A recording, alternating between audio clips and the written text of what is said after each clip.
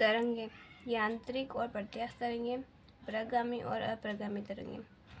यांत्रिक और प्रत्यास्थ तरंगों का उदाहरण है विद्युत चुंबकीय तरंगे, यांत्रिक प्रत्यास्थ तरंगे, ध्वनि तरंगे, डोरीमी तरंगे, भूकंप तरंगे, अनुदैर्ध्य और अनुप्रस्थ तरंगे। विद्युत चुंबकीय तरंगे, प्रकाश तरंगे और रेडियो तरंगे। अनुदैर्ध्य तरंगे, माध्यम कण तरंग संचरण की दिशा में कंपन करते हैं।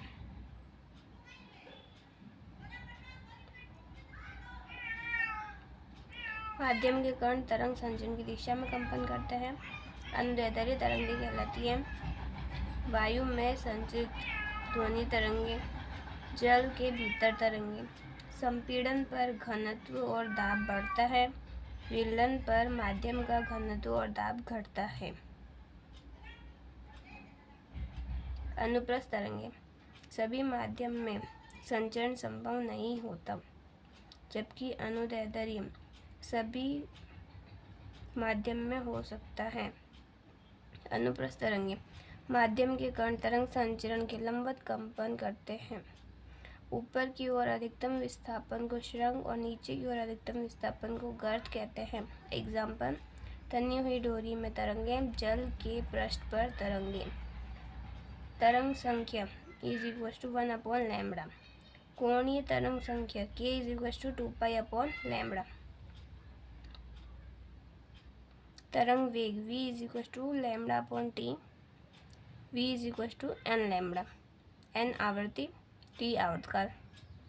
कला अंतर और पथांतर, कला अंतर (2π/λ × पथांतर), v(n)λ), v(ω/k), v(n)2π/k, ω(2πn). ये पांचों फॉर्मूले आपको याद होने चाहिए। गैसीय माध्यम v√b/d इज इक्वल माइनस का del p/del v/v is equal to p। v is equal to √p/d is equal to 279 meter पर सेकेंड। गैसीय माध्यम में वेग होता है 279 मीटर पर सेकेंड। ध्वनि तरंगे, श्रव्य तरंगे, पराश्रव्य तरंगे और अपश्रव्य तरंगे। ध्वनि तरंगों के 3 टाइप्स होते हैं। श्रव्य तरंगे वो होती है जो 20 हर्ट्ज से 20 किलो हर्ट्ज के बीच में होती है। पराश्रव्य वो होती है जो 20 किलो हर्ट्ज से ज़्यादा होती है। और अपश्रव्य वो होती है जो 20 हर्ट्ज से कम होती है। ध्वनि तरंगे अनुदैर्ध्य प्रकृति की होती हैं। सामान्य ताप और दाब पर ध्वनि तरंगे, सामान्य ताप और दाब पर ध्वनि तरंगों का वेग 332 मीटर पर सेकेंड होता है। ये आपको याद रखें क्योंकि हर फॉर्मूले में यही काम आएगा। ध्रुवण नहीं होता ध्वनि तरंगों में। इन तरंगों में परावर्तन, अपवर्तन, विवर्तन, व्यतिकरण होता है। ध्रुवण नहीं होता, बाकी सब होता है। विभिन्न माध्यम में ध्वनि तरंगों का वेग, ध्वनि वेग v is equal to √e/d। E क्या है? प्रत्यास्थ गुणांक, और d क्या है? घनत्व। प्रत्यास्थ गुणांक अधिक होने पर वेग ज़्यादा, घनत्व अधिक होने पर वेग कम। ठोस माध्यम में v is equal to √y/d। Young प्रत्यास्थ गुणांक। y क्या होता है? प्रतिबल बटे विकृति। विकृति किसमें? लंबाई में, del L/L। द्रव माध्यम में v is equal to √b/d। आयतन प्रत्यास्थ गुणांक। आयतन प्रत्यास्थ गुणांक होता है दाब में विकृति।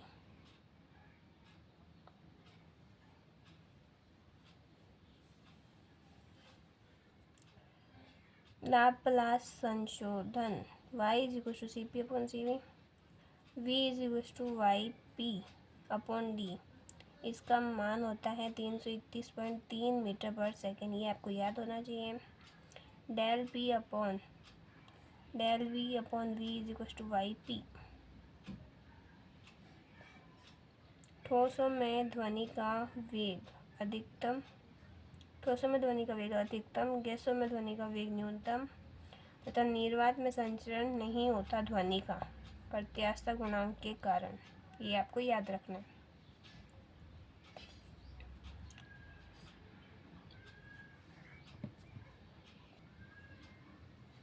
मैक नंबर वस्तु की चाल बटा ध्वनि की चाल।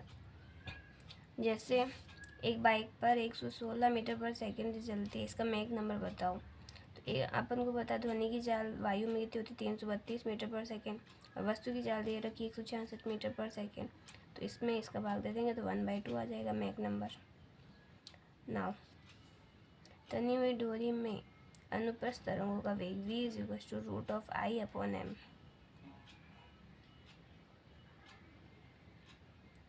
ध्वनि यांत्रिक माध्यम की आवश्यकता सघन में अधिक, विरल में कम।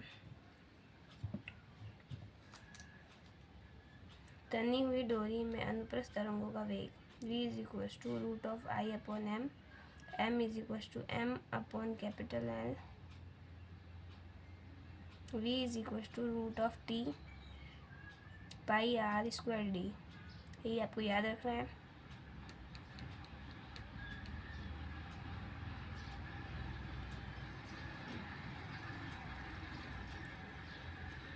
व्यतिकरण दो तरंगें जिनकी आवृत्ति बराबर हो, माध्यम में एक ही दिशा में चल रही हो, तब इनके अध्यारोपण से व्यतिकरण होता है। विस्पंद दो तरंगें जिनकी आवृत्ति समान नहीं हो परंतु लगभग बराबर हो, एक ही दिशा में चलती हुई अध्यारोपित होती हैं, तो इससे विस्पंद का निर्माण होता है। अध्यारोपण का सिद्धांत y = y1 + y2। y1 क्या है? एक तरंग का आयाम या फिर विस्थापन, एक चाल भी तीव्रता भी बोल सकते हैं, मतलब कि वाई विस्थापन। तरंगों का आयाम, तरंगों की संचलित दिशा, तरंगों की आवृत्ति और आवर्तकाल, और लैम्ब्डा तरंगों के मध्य कलांतर। यह सिद्धांत उन तरंगों पर लागू नहीं होता जिनका आयाम अधिक होता है। आयाम समुद्र में उत्पन्न तरंगें, अप्रगामी तरंगें, आवृत्ति बराबर तथा दिशा एक दूसरे के विपरीत अप्रगामी तरंगें बनाती है। ध्वनि तरंगों का व्यतिकरण समान आवृत्ति की ध्वनि तरंग एक ही दिशा में संचित होती हुई अध्यारोपित होती है, तब कुछ बिंदुओं पर परिणामी तीव्रता अधिक और कुछ बिंदुओं पर परिणामी तीव्रता कम होती है। इस घटना को व्यतिकरण कहते हैं। इसमें क्या है, समान आवृत्ति की तरंगें एक ही दिशा में संचित होती हुई अध्यारोपित होती है, लेकिन एक पॉइंट आएगा जिस पे सारी तीव्रता परिणामी तीव्रता है वो अधिक होगी, या फिर दूसरा पॉइंट आएगा जिस पे सारी परिणामी तीव्रता कम होगी। तो इस घटना को व्यतिकरण कहते हैं। जहाँ तीव्रता अधिक उसे संपोषी व्यतिकरण, और जहाँ तीव्रता कम उसे विनाशी व्यतिकरण कहते हैं। ए आयाम बराबर √A1² + 2A1A2 cos phi plus का A2 का स्क्वायर।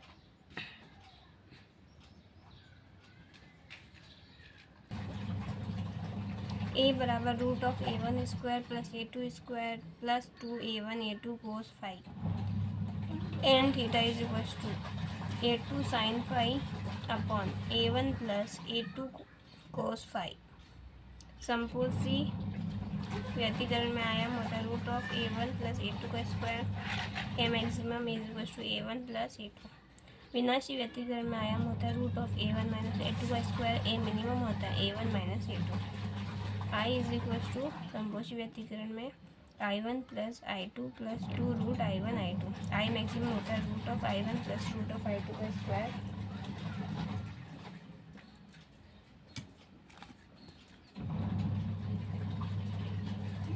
और I = विनाशी व्यतिकरण में I1 + I2 - का 2 √I1 I2। I minimum = √I1 - का √I2 इसका होल स्क्वायर। तीव्रता I और आयाम ए में संबंध आई इज एक समानुपाती a square, I is equal to के ए स्क्वायर। आपको आयाम का स्क्वायर और तीव्रता का फॉर्मूला पता होना चाहिए, क्योंकि ये आपके क्वेश्चंस में ज़्यादा पूछे जाते हैं। आयाम होता है root of a1 square plus a2 square plus 2a1 a2 cos phi. I होता है i1 plus i2 plus 2 root i1 i2 cos phi. कलांतर is equal to 2 upon lambda into पथांतर। संपोषी व्यतिकरण में पथांतर is equal to lambda upon 2 कलांतर del x is equal to lambda upon 2 into कलांतर क्या होता है 2 n। सम संख्याएं होती है ना जितनी भी 2 n वो संपोषी में आती है। तो f डेल एक्स यानी पथांतर क्या होता है n लैम्डा। संपोषी व्यतिकरण में क्या होता है n लैम्डा क्या होता है पथांतर। विनाशी व्यतिकरण पथांतर is equal to lambda upon 2 कलांतर del x is equal to lambda upon 2n plus 1 pi del x is equal to n plus 1 upon 2 lambda. पथांतर विनाशी व्यतिकरण में n प्लस 1 अपॉन 2 लैम्डा।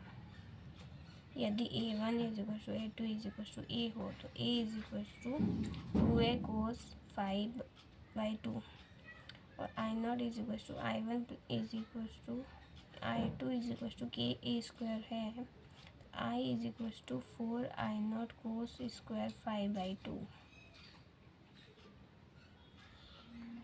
संपोषी जब दोनों तरंगे समान कला में हो phi is equal to 0 I is equal to i4 तो है संपोषी। जब दोनों तरंगे विपरीत कला में हो तो फाई क्या होता है फाई यानी कि पाई यानी डिग्री कितने पाई पर है। कोस फाई का मतलब वैल्यू पाई पे आएगी और I is equal to 0। I is equal to 0 विपरीत कला यानी कि विनाशी व्यतिकरण। एक ही स्थान पर ध्वनि की तीव्रता में नियत समय अंतराल में होने वाले परिवर्तन को विस्पंद कहते हैं। एक ही स्थान पर ध्वनि की तीव्रता नियत समय अंतराल में होने वाले परिवर्तन को विस्पंद कहते हैं। व्यतिकरण में ऊर्जा वितरण व्यतिकरण में अवस्था में ऊर्जा नष्ट नहीं होती। तो ये इसका मैक्सिमम पॉइंट है 4i0 और ये इसका मिनिमम पॉइंट। व्यतिकरण में ऊर्जा इससे इस प्रकार विकसित होती है। विस्पंद की आवृत्ति दो स्वरित्रों या तरंगों की आवृत्ति n1 और n2 के अंतर के बराबर होती है। विस्पंद की आवृत्ति is equal to n1 minus का n2 जहाँ n1 बड़ा n2 से। विस्पंद का आवर्तकाल 1 अपॉन n1 माइनस का n2। n1 और n2 क्या आवृत्ति। अब आता है डॉपलर प्रभाव। डॉपलर से एक क्वेश्चन फिक्स है मतलब फिक्स है, यानी कि इस यूनिट से लगभग 2 से 3 क्वेश्चन मान सकते हैं, जिसमें से एक क्वेश्चन तो डॉपलर का आएगा ही आएगा, 2 मैक्सिमम आ सकते हैं। डॉपलर का प्रभाव स्रोत गतिमान तथा ऑब्जेक्ट स्थिर। 4 केस बता सकते हैं डॉपलर के प्रभाव में। जब सोर्स गतिमान हो और ऑब्जेक्ट स्थिर हो, और जब सोर्स स्थिर हो और ऑब्जेक्ट गतिमान हो, जब सोर्स और ऑब्जेक्ट दोनों ही गतिमान हो, जब माध्यम गतिमान हो। इस 4 केस को स्टडी करना है बस, और कुछ नहीं करना है। इनका फॉर्मूला रट लेना है और कुछ नहीं करना है ना। ये इसका सामान्य फॉर्मूला तो ये है n dash is equal to v minus का v object upon v minus का v सोर्स इंटू n आवर्ती मूल आवर्ती और n डैश आवर्ती मतलब नई आवर्ती ऑब्जेक्ट को सुनाई देने वाली आवर्ती। n is equal to source से निकली ध्वनि की आवर्ती। v नॉट श्रोता यानी कि ऑब्जेक्ट का वेग। vs is equal to source का वेग और v इज इक्वल टू स्थिर माध्यम में ध्वनि का वेग हवा में 332 मीटर पर सेकेंड। इम्पोर्टेंट पॉइंट, सोर्स से ऑब्जेक्ट की दिशा सदैव पॉजिटिव होती है, अतः इसकी दिशा में लगने वाला वेग पॉजिटिव, इसकी विपरीत दिशा में लगने वाला वेग नेगेटिव होगा। जब सोर्स गतिमान हो और ऑब्जेक्ट स्थिर हो, सोर्स ऑब्जेक्ट की तरफ गति कर रहा है या सोर्स ऑब्जेक्ट से दूर जा रहा है, या फिर सोर्स ऑब्जेक्ट के पास से गुजरता है, तीन केस बन सकते हैं, तीनों केस के बारे में सिर्फ फॉर्मूला याद करना है। N dash is equals to V upon V minus का वी एस एन डैश।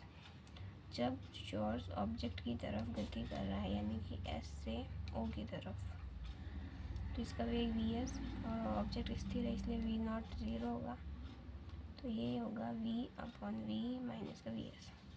अब सोर्स ऑब्जेक्ट से दूर जा रहा है, अब जब ऑब्जेक्ट स्थिर और सोर्स दूर जा रहा है तो यानी विपरीत दिशा में कर रहा है, तो इसका मान होगा नेगेटिव, और नेगेटिव नेगेटिव हो जाएंगे positive. N dash is equal to V upon V plus V S N dash.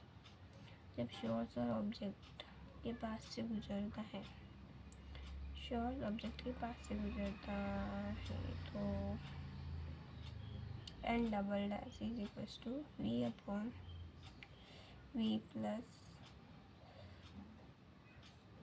V S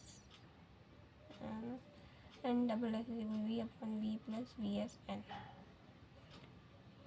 अगर इस साइड से है तो आवृत्ति बढ़ेगी, अगर इस साइड जा रहा है तो आवृत्ति घटेगी। आभासी में कुल परिवर्तन del N is equal to two N V S upon V. अच्छा, ये पास से गुजरता है तो कुल आभासी में परिवर्तन कितना होता है, two N V S upon V. Two N तो इसका two N V S upon V. एक तो ये फॉर्मूला याद रखना है, ये फॉर्मूला याद रखना है, और ये फॉर्मूला याद रखना है। जब सोर्स स्थिर हो और ऑब्जेक्ट गतिमान हो, V S zero, object source के पास से गुजरता है, ऑब्जेक्ट सोर्स के पास आ रहा है, इसके विपरीत दिशा में चल रहा है, तो ये होगा नेगेटिव और ये जीरो, तो V plus V not V N. जब ऑब्जेक्ट सोर्स से दूर जा रहा है तो ये होगा पॉजिटिव, वी माइनस का V not upon V N. Okay, जब ऑब्जेक्ट सोर्स के पास से गुजरे, N del N is equal to two N V not upon, इसमें तो बस ये ही चेंज होगा, वी एन नॉट की जगह वी एस और वी नॉट वी एस की जगह वी नॉट। ठीक है, बस ये बात है, बस ये फॉर्मूला भी एक्सचेंज है, बस थोड़ा सा। एक फॉर्मूला, दो फॉर्मूला, तीन फॉर्मूला, चार फॉर्मूला, और ये पांच फॉर्मूला और छः फॉर्मूला। छः फॉर्मूले हो गए। पनडुब्बी का वेग del lambda is equal to lambda dash minus का lambda is equal to plus minus two V S upon V lambda.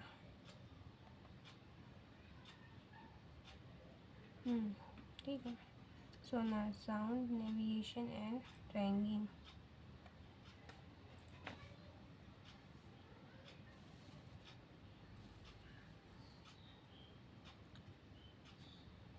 Now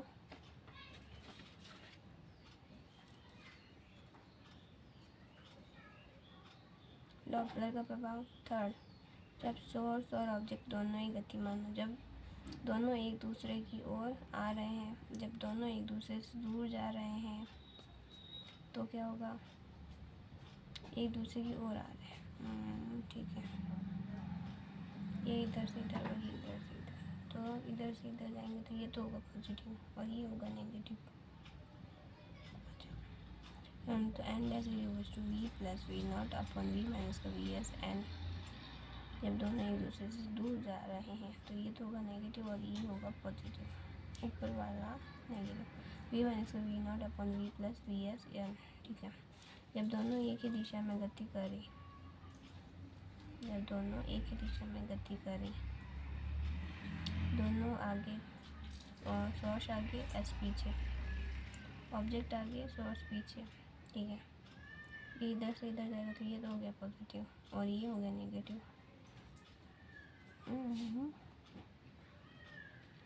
ये भी पॉजिटिव और ये भी पॉजिटिव। ठीक है, वी माइनस का वी नॉट वी माइनस का वी एस एन। जब एस आगे और ऑब्जेक्ट पीछे, तो ये तो हो जाएगा, ये भी इधर से इधर ऑब्जेक्ट से सोर्स जा रहा है, नेगेटिव नेगेटिव। अच्छा, दोनों ही कंडीशन में चेंज होगा formula, V plus V not V plus V S N. Yes, ये भी याद रखना है।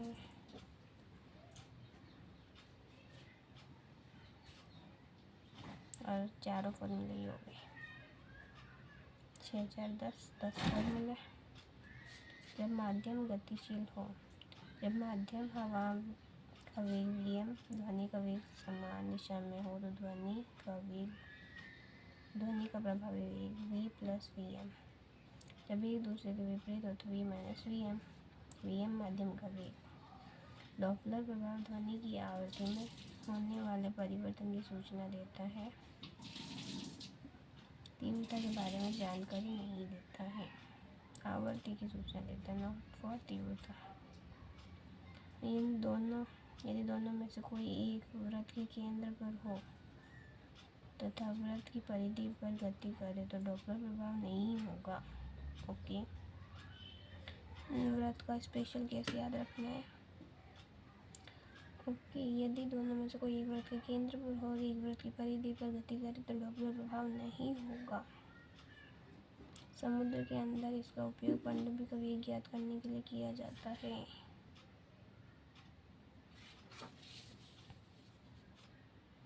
ऐसा क्वेश्चन आएगा, एक क्वेश्चन तो ऐसा आएगा और एक डॉपलर का आएगा।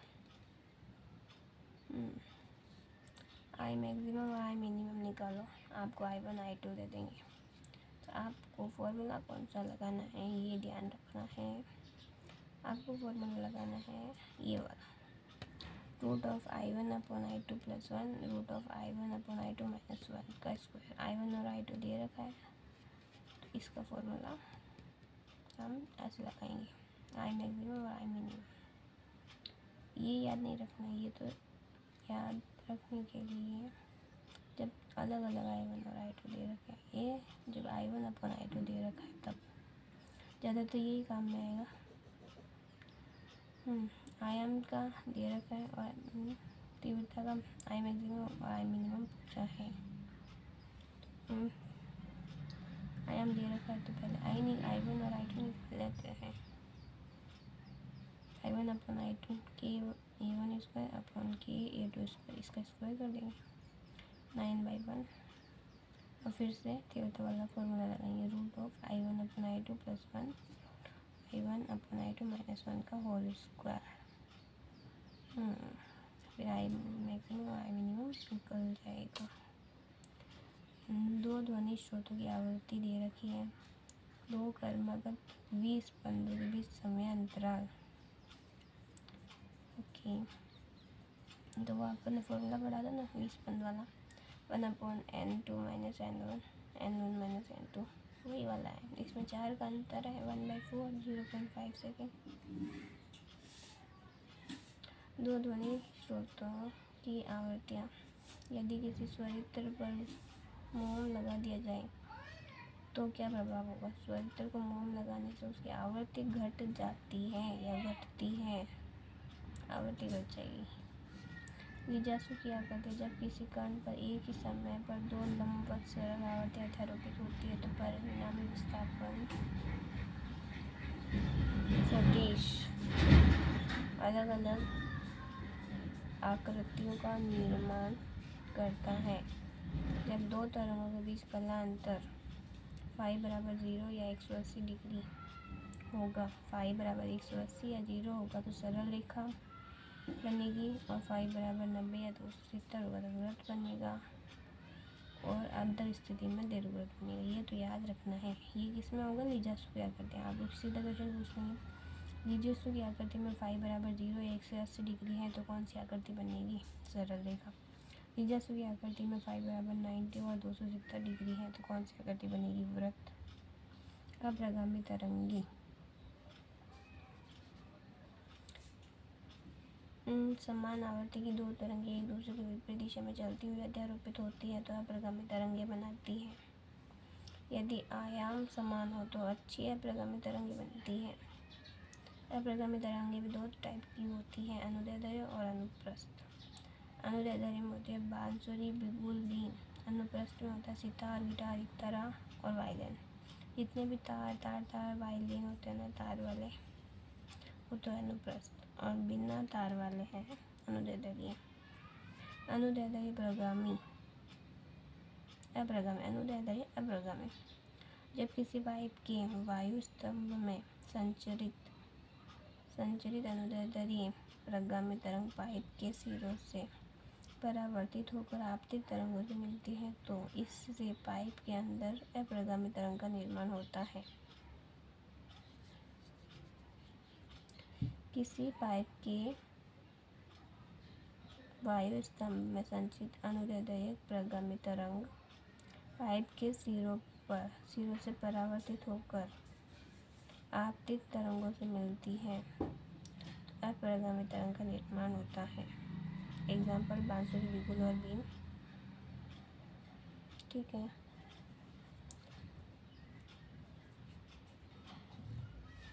अनुप्रस्थ अप्रगामी, जब तनी हुई डोरी या तार में संचित तरंगें डोरी के दूसरे सिरे से परावर्तित होकर आपतित तरंगों से मिलती है तो अध्यारोपण के कारण अप्रगामी तरंगों का निर्माण होता है। जब तनी हुई डोरी या तार से संचित तरंगें डोरी के दूसरे सिरे से परावर्तित होकर आपतित तरंगों से मिलती है तो अध्यारोपण के कारण अप्रगामी तरंगों का निर्माण होता है।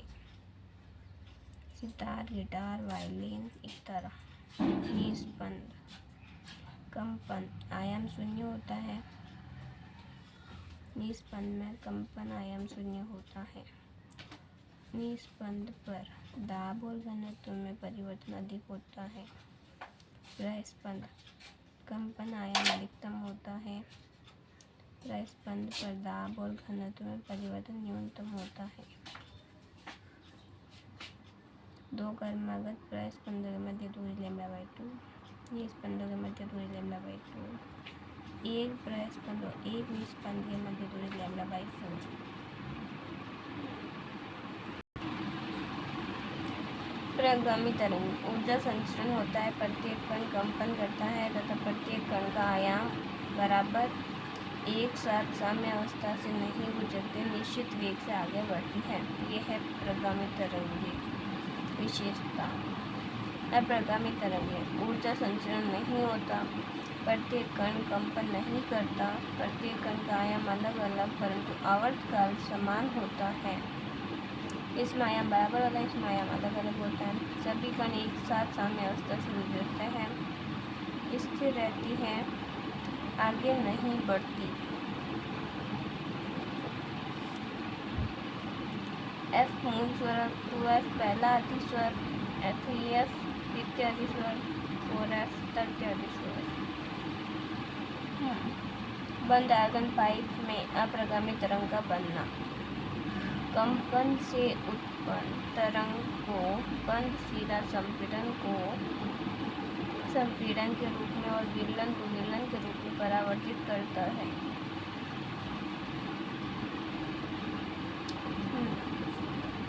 ये एक बंद सिरा वाला पाइप है, उसके अंदर एक तरंग है प्रस्पंद जिसकी लंबाई है λ/4।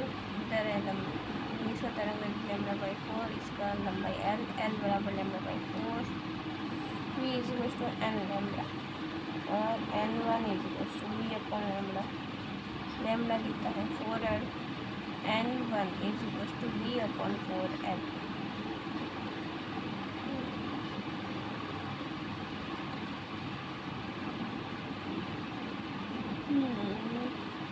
n2 = 3v/4L। अच्छा, बस ये एक्स्ट्रा ही करना है। 4L तो सब में आएगा, नीचे जितने भी 4L है उतना। n1, n2, n3 अनुपात 1 अनुपात 3 अनुपात 5। n1 = v/4L, n2 = 3v/4L, n3 = 5v/4L।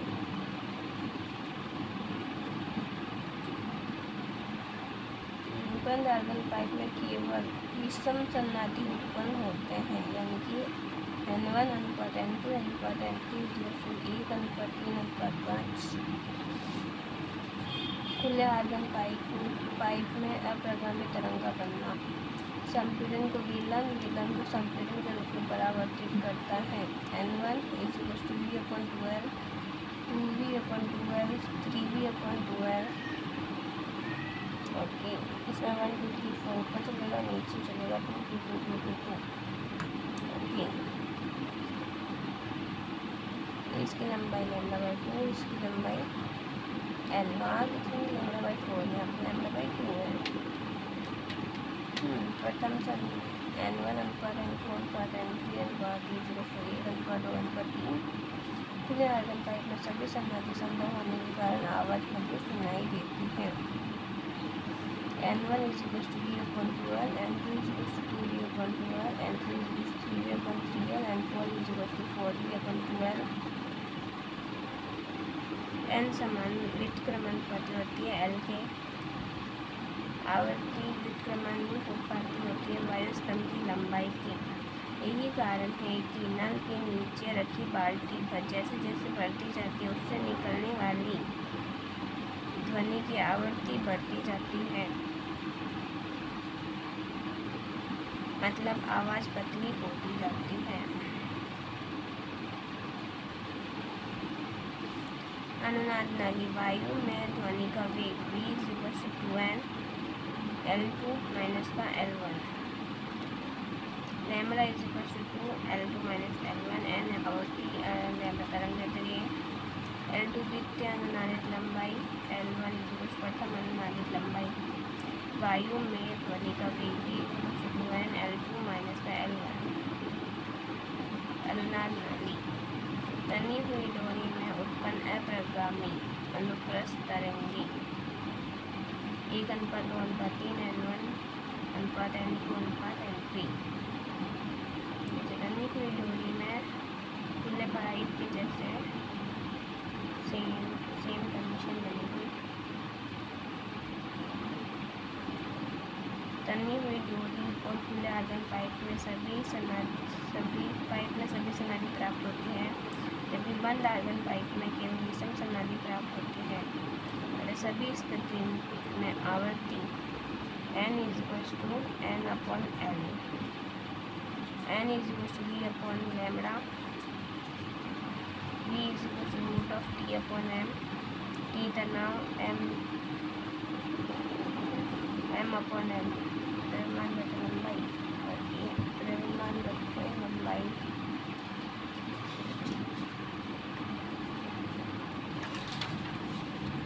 डोरी के लिए n समानुपाती 1/l √T/m। m क्या होता है? πr²d। ये फॉर्मूला भी आपको याद रखना है। n = √T। मेंडी का नियम n T = कांस्टेंट, n कंपन लूप की संख्या, T डोरी में तनाव। ये होता है अपना चैप्टर कंप्लीट। इसके शॉर्ट नोट्स